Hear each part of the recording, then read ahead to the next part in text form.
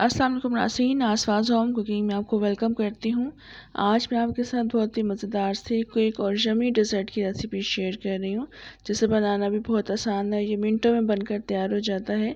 बच्चों और बड़ों सभी को ये बेहद पसंद आता है। तो रेसिपी को स्किप मत कीजिएगा, एंड तक देखिएगा। तो चलें बनाना शुरू करते हैं। सबसे पहले एक पैन में हम दूध शामिल कर देंगे। ये बॉइल्ड मिल्क है पहले से, और ठंडा दूध है। और इसका ख्याल रखिएगा फ्लेम ऑफ है, मैंने ऑन नहीं किया है। इसी वक्त हम इसमें 2 टेबलस्पून कॉर्न स्टार्च शामिल कर देंगे।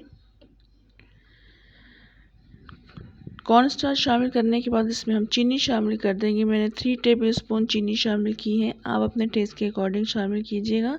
और ख़्याल रखिएगा फ्लेम को अभी ऑफ रखना है, फ्लेम अभी ऑन नहीं करना है।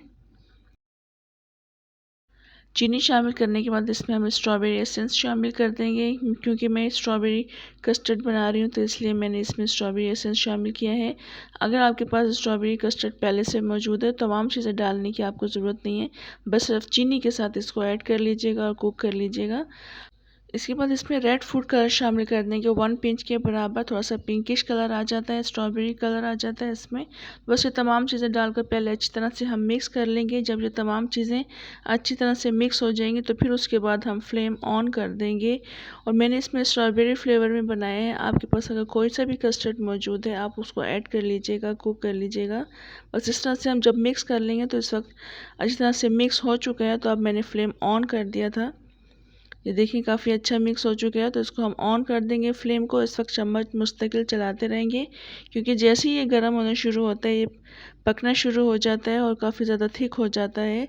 तो बस हाथ नहीं रोकेंगे, चम्मच चलाते रहेंगे इस तरह से। और अभी आप देख सकते हैं इसको हीट मिलना शुरू हो चुकी है, तो ये पकना भी शुरू हो चुका है, काफ़ी ज़्यादा ये थिक होना शुरू हो चुका है।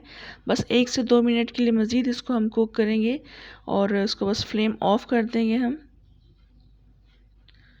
ये देखिए काफ़ी ज़्यादा थिक हो चुका है इस वक्त। बस इस वक्त हम फ्लेम ऑफ कर देंगे, उसके बाद हम बाकी की प्रिपरेशन कर लेंगे। अब हम इस कस्टर्ड को एक बॉल में शिफ्ट कर देंगे।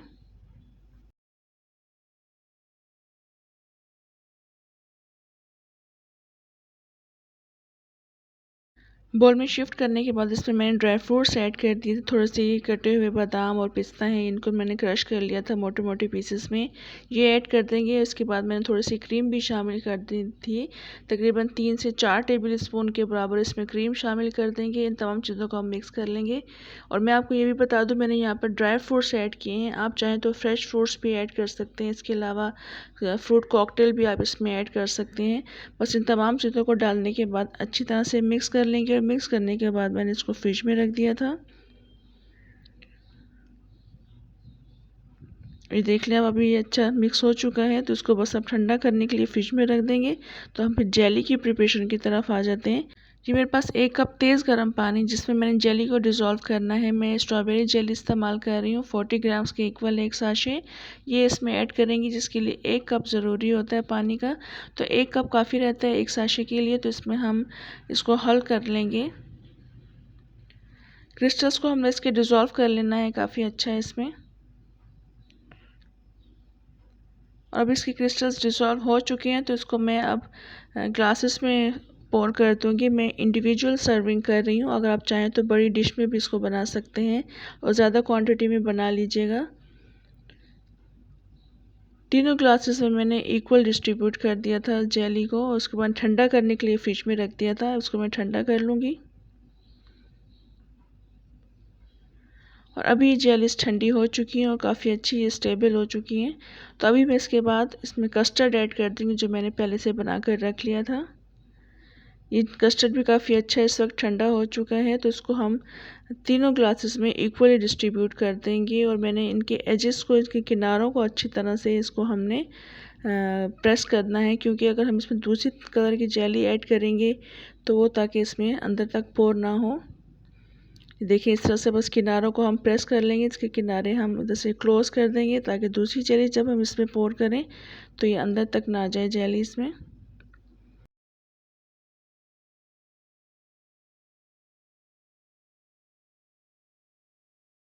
इसके बाद इसमें मैंने थोड़ा सा चॉकलेट चिप ऐड कर दिए थे। आपकी मर्ज़ी है, अगर आपके पास है तो ऐड कर लीजिएगा, अदरवाइज़ ये ज़रूरी नहीं है।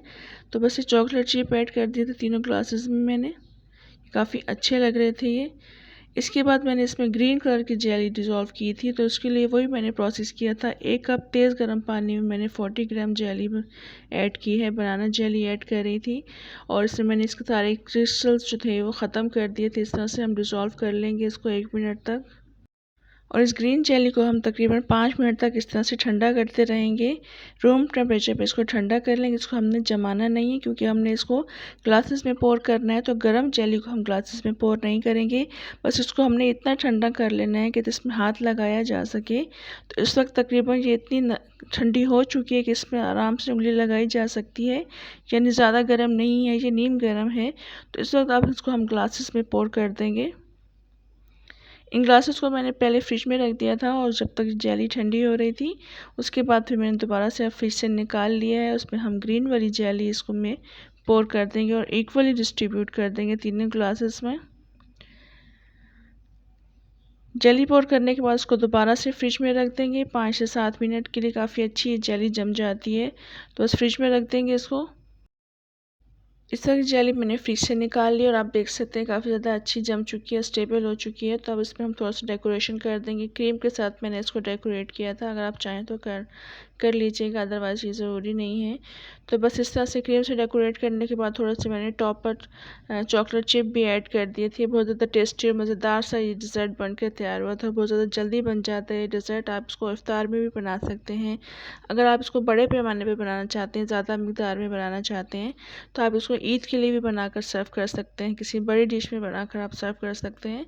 तो इस रेसिपी को ट्राई कीजिएगा, अपना फीडबैक भी ज़रूर दीजिएगा, और रेसिपी अच्छी लगी हो तो लाइक ज़रूर कर दीजिएगा, और कमेंट्स में अपनी कीमती राय का इजहार भी ज़रूर कीजिएगा।